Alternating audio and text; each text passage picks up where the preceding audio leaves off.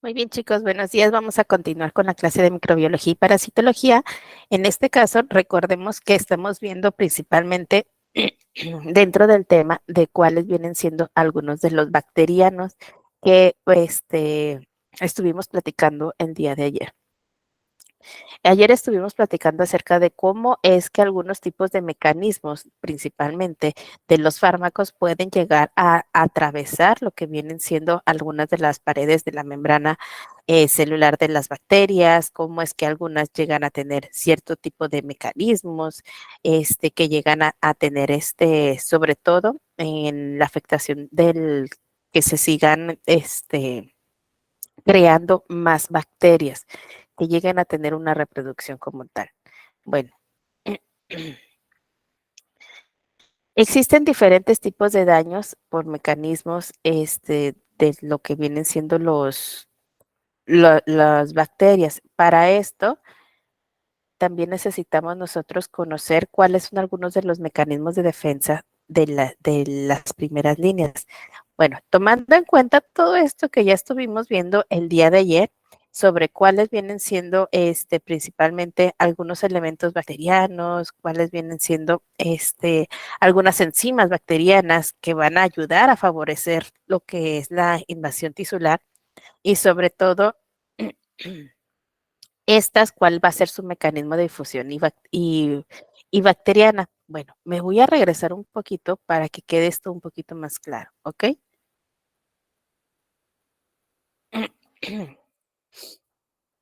Nosotros, dentro de nuestro organismo, sabemos que cuando llega algún agente externo, nosotros por lo general tenemos que tener un cierto tipo de defensa. Bueno, ¿cómo va a ser esta defensa dentro de nuestro propio cuerpo? Para nosotros, el mecanismo de daño de lo que vienen siendo los organismos patógenos que llegan de fuera y que tratan de dañarnos a nosotros, nosotros también llegamos a tener un tipo de protección. Una vez que el huésped y el parásito sabemos que ambos somos organismos vivos, pero vamos a tener una interacción de una forma interespecífica. El balance que podemos llegar a tener en esta relación, pues es diferente tanto para uno como para otro. Incluso muchas veces puede ocurrir que alguno de los dos pues llegue a morir. A veces puede ser que sea el huésped o a lo mejor lo que es el parásito. El resultado de esta relación pues depende del equilibrio que se llegue a tener, sobre todo entre los mecanismos de defensa. Vamos a poner lo que viene siendo en juego, lo que es el huésped y los mecanismos de agresión con que cuenta lo que es el agente. Los mecanismos de daño con los que cuenta lo que son los agentes patógenos, pues llegan a ser muy diferentes. Por ejemplo, hay algunos que son utilizados por lo que son los virus. Hay algunos que otros que dicen, bueno, yo voy a dedicarme principalmente a afectar lo que viene siendo el daño celular. Y hay otros que dicen, yo nada más voy a impedir que la célula cumpla con sus funciones, que ya sabe cuáles son sus funciones. Hay algunos otros que dicen, no, yo vine a destruir, no me importa nada, yo vengo a destruir completamente todo. Sin embargo, pues sabemos que no todas las enfermedades llegan a ser iguales. Por ejemplo, hay virus que aplican diferentes tipos de daño de acuerdo a su mecanismo distinto. El mecanismo de daño con los que llegan a contar, pues llegan a ser diferentes. En lo que respecta a algunas bacterias, entre algunos otros mecanismos de daño, pues pueden ser la invasión, la liberación de toxinas, de enzimas. Entonces, este tipo llega a afectar principalmente el sistema inmune. Por ejemplo, los que llegan a soltar, que llega una bacteria y dice, yo llego a soltar toxinas.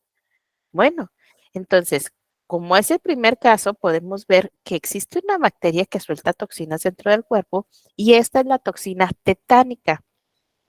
Esta se difunde a través de todo el organismo y la bacteria pues solamente se localiza en un sitio determinado, pero esta toxina puede llegar hasta las terminaciones sinápticas donde ahí empieza a liberar lo que es la acetilcolina. Una vez que llega a este punto, entonces el individuo llega a presentar todo lo que vienen siendo signos, síntomas que son denominados o son clasificados dentro de lo que es el tétano. E incluso hace que mueran por infección tetánica. ¿Sí saben qué enfermedad es esta? ¿La han escuchado? ¿La han visto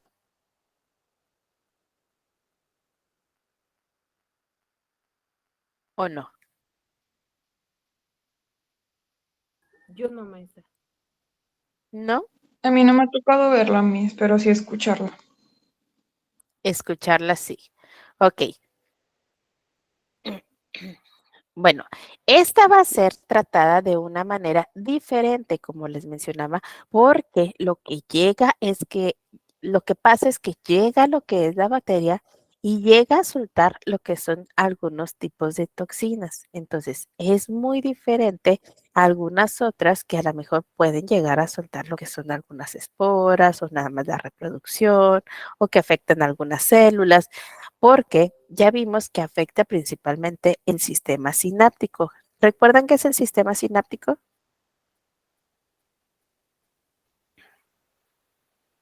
O tampoco se acuerdan.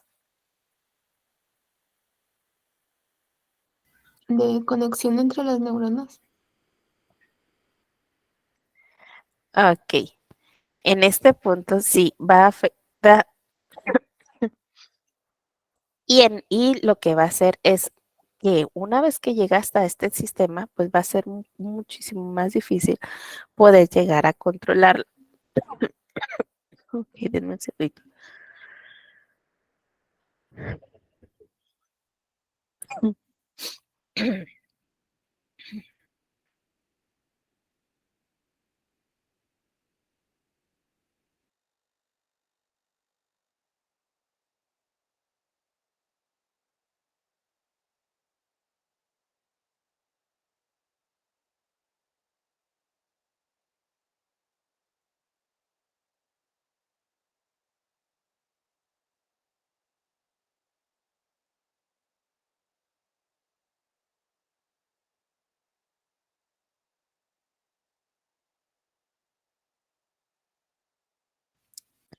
Cuando existen algunos tipos, en este caso, de bacterias que van a llegar a afectar, pero lo que viene siendo en el caso de las enzimas, estas se difunden a través de lo que son los tejidos.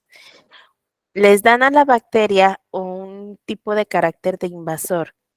Es el caso, por ejemplo, que llega el estreptococo, que llega y posee una serie de enzimas y estas, entre las que se destacan, pues viene siendo la hialuronidasa, que esta es capaz de degradar y romper las estructuras químicas de los ácidos hialurónicos, que es, ¿para qué sirven estos ácidos?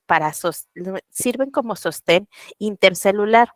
Al momento de que rompen esta estructura química, pues rompen lo que viene siendo la estructura del sostén intercelular y al momento de romper la estructura de la bacteria, pues tiene capacidad de abrir caminos o de invadir y llegan a tener pues también gran posibilidad de hacer daños, principalmente dentro del huésped.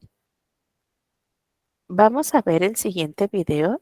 Denme un segundo para que quede un poquito más claro lo que viene siendo la enfermedad de la bacteria de toxinas.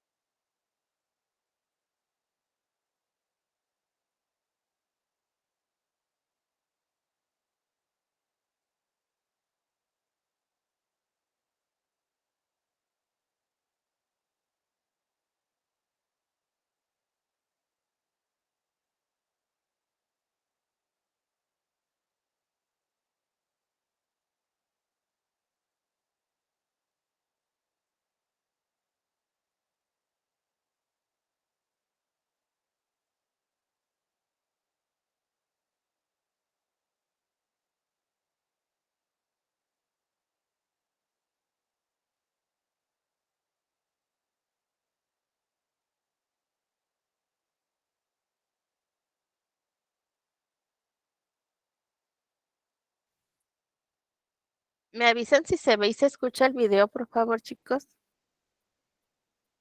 Sí, maestra. ¿Todavía no se ve?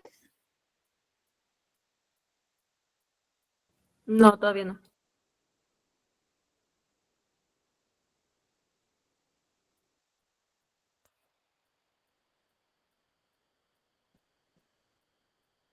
Ahora hablemos de Clostridium tetani. Clostridium tetani es un germen Ya se veía, maestra. Ok, déjenme ver por qué se vuelve a trabar.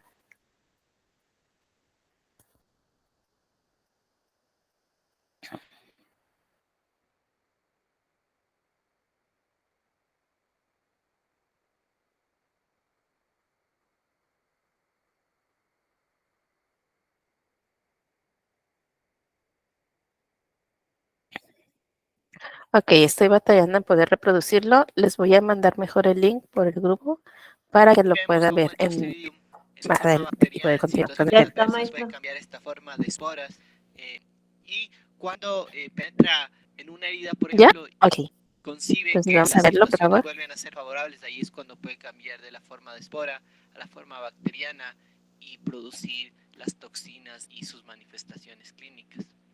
Clostridium era un género anaerobio y en el caso de Clostridium tetani, este es sensible al oxígeno.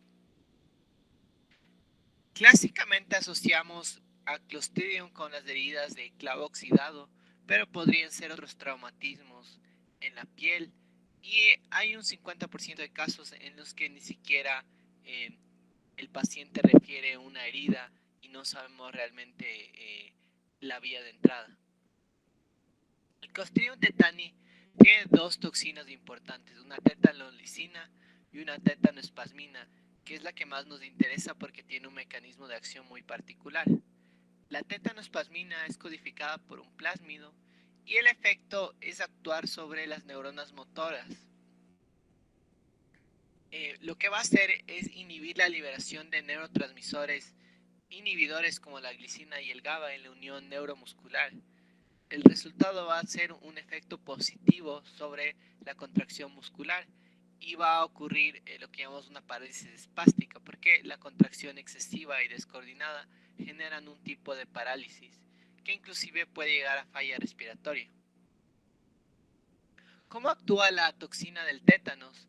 La toxina del tétanos es una toxina AB, es decir, tiene una porción activa y una porción que se une al receptor. La porción B es la que se une al receptor, en inglés es el término binding, y la toxina en su porción A es la porción activa o la porción catalítica. La toxina se va a unir a receptores de ácido ciálico y otras proteínas, y luego cuando va a llegar a la célula neuronal, ahí es cuando va a inhibir la liberación de neurotransmisores. En el caso de la toxina del tétanos, lo que ocurre normalmente en la unión neuromuscular es que hay una presencia de neuronas inhibitorias que liberan glicina y GABA y tiene un efecto inhibitorio sobre la liberación de acetilcolina en la unión neuromuscular, que es lo que ocasiona la contracción muscular normalmente.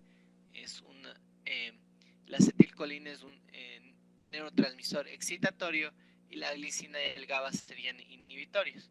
Pero, ¿qué ocurre en el caso de la toxina tetánica? La toxina tetánica inhibe esta liberación de glicina y al no haber este control de la glicina va a haber un efecto excesivo sobre la contracción muscular. Así que la palabra clave es que la toxina del tétanos inhibe la inhibición. Ahora, siendo más específicos sobre cómo actúa la toxina del tétanos, cuando se va a liberar un neurotransmisor a la hendidura presináptica, están involucradas distintas moléculas del complejo SNARE y una de estas puede ser la sinaptobrevina. Pero lo que vemos acá es que estas proteínas realmente lo que ocasiona es la fusión de las vesículas que contienen los neurotransmisores para liberarlos al espacio extracelular. Y lo que ocasiona el tétanos es justamente destruir estas proteínas o inhibir la acción de estas proteínas para que no se pueda dar este proceso en el cual se liberan las vesículas que contienen los neurotransmisores. ¿Cuáles son las manifestaciones clínicas? Puedes tener una contracción muscular eh, localizada o generalizada dependiendo de dónde es el sitio de infección. Cuando estamos hablando de infección generalizada estamos hablando del tétanos y ahí tenemos contracciones dolorosas generalizadas que pueden progresar a lo que se llama un opistotonos, es decir, una posición que vamos a ver en la que el paciente se curva y es una situación en la que realmente está paralizado todo el cuerpo. También se puede ocurrir una infección por tétanos neonatal cuando hay una infección del muñón umbilical por Clostridium tetani. Aquí vemos distintas manifestaciones de el Clostridium tetani. Las contracciones y los espasmos que pueden ocurrir pueden ser muy dolorosos, como en este caso.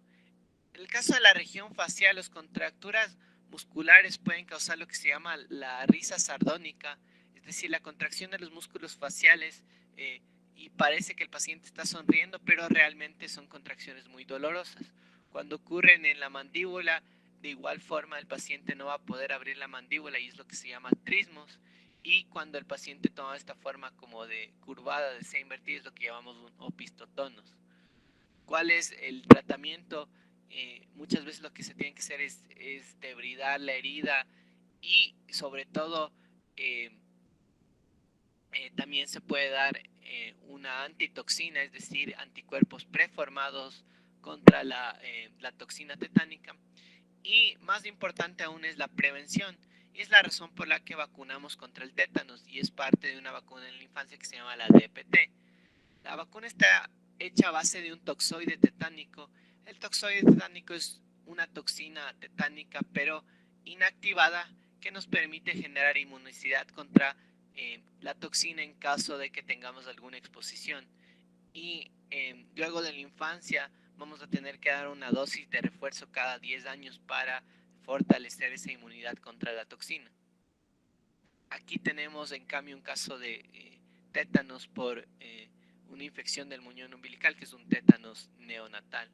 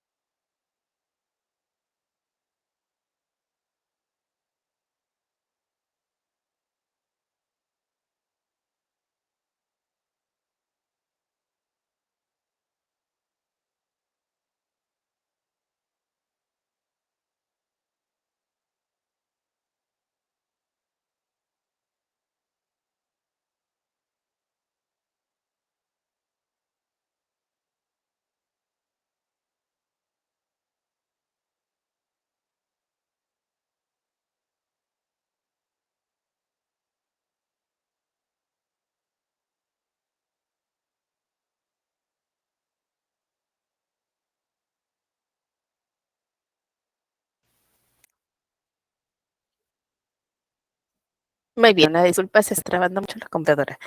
Entonces, dentro de lo que viene siendo el daño, ya vimos cuáles vienen siendo algunos que pueden llegar a tener una liberación como tal de toxinas. Vimos el ejemplo de la toxina tetánica. Entonces, ¿cuáles son algunos de los efectos que puede llegar a tener esta liberación de toxinas dentro del organismo? A ver, lo acaban de ver ahorita. ¿Qué me pueden explicar? Decía que contracciones que eran excesivamente frecuentes. Perfecto. ¿Cómo se adquiere?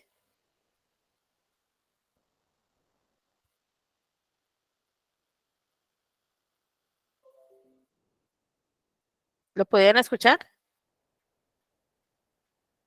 Pues a través de cualquier traumatismo, no específicamente el clavo oxidado.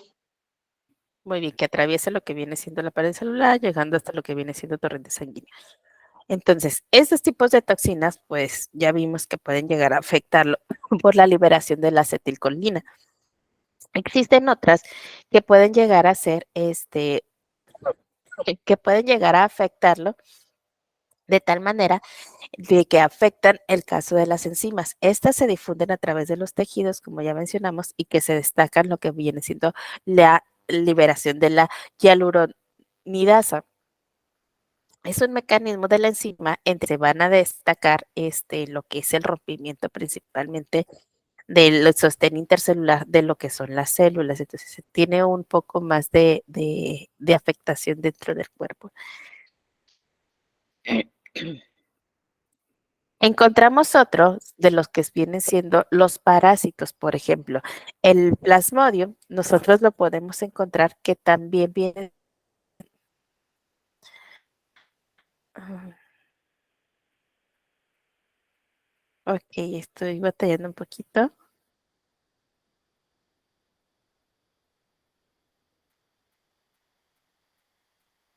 Aquí. Es el uso de mecanismos de daños complejos, porque al momento de que el parásito de Plasmodium llega a meterse en lo que son las células rojas, estas se multiplican dentro de ella y luego empiezan a romperse. Por eso es que empiezan a causar lo que es la llamada hemólisis. Con todas estas consecuencias, pues empieza un proceso que y ocurre, que es cuando se une lo que viene siendo la neumocistis carini. Este es un agente que se multiplica dentro de la luz alveolar y los huéspedes, el huésped llega a liberar como una defensa celular y líquidos. Estos caen dentro del alveolo provocando que éste se congestione y no funcione correctamente.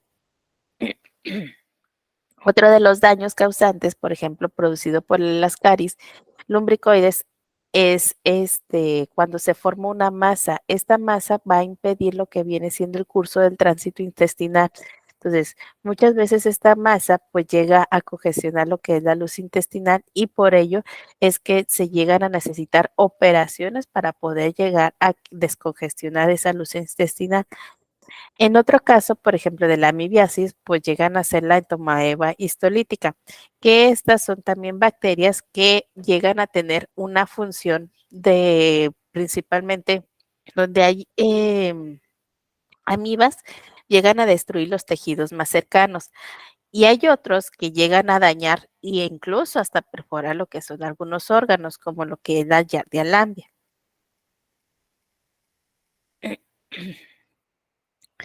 Para todo esto tenemos que tomar en cuenta que existen ciertos tipos de mecanismos ya dentro de nuestro organismo que son mecanismos de defensa inespecíficos.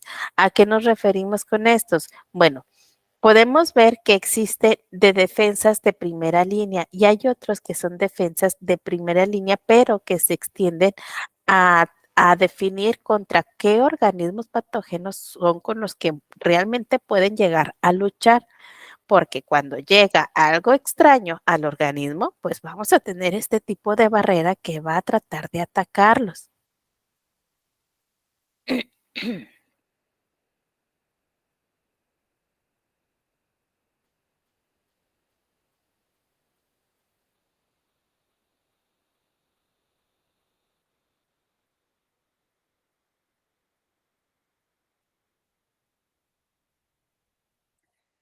Ok.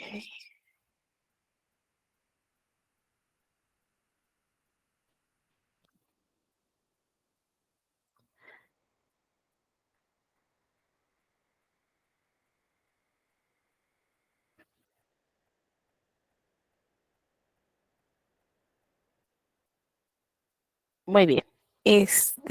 Vamos a hacer lo siguiente.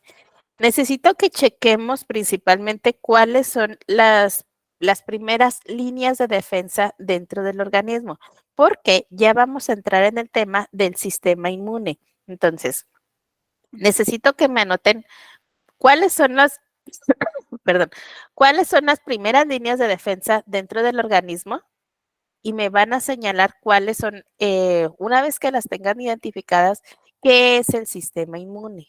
¿Ok? Esas dos preguntas se las voy a dejar de tarea.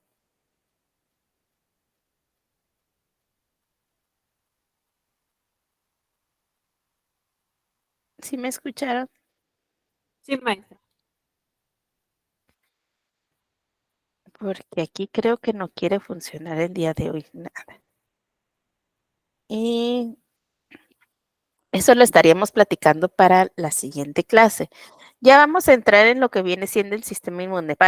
Pero antes de entrar, les voy a compartir lo que viene siendo la repartición de cuáles temas les va a tocar a cada uno de ustedes. De bacterias, ya ahorita ustedes ya vieron lo que fue la vez pasada de hongos. Ahora vamos a tocar el tema de bacterias y de virus. Cada uno de ustedes me va a hacer la búsqueda de la bacteria y del virus, igual que lo que hicieron con lo que son los hongos. ¿Ok? Sí, Miss. Maestra. Bueno, entonces les voy a mandar la lista por el grupo de WhatsApp para que ya vayan preparándolo y lo vayan analizando de la búsqueda de qué es lo que les tocó, cuál viene siendo su ciclo de vida, cuáles son sus características, sus posibles efectos que vienen siendo signos y síntomas, sus tratamientos, y su tipo de prevención. Lo mismo que hicieron la vez pasada, ¿ok? Sí, maestra.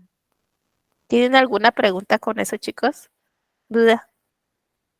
No, maestra. Muy bien, entonces voy a pasar lista. Voy a detener la grabación. La palabra clave del día de hoy va a ser, a ver, permítame tantito. Clostridium tetani. ¿Ok? Clostridium tetani.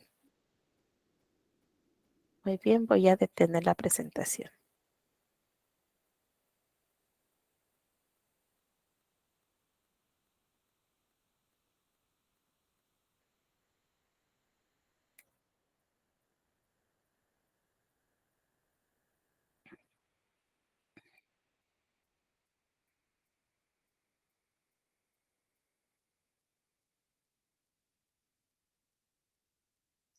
No sé qué tiene mi computadora.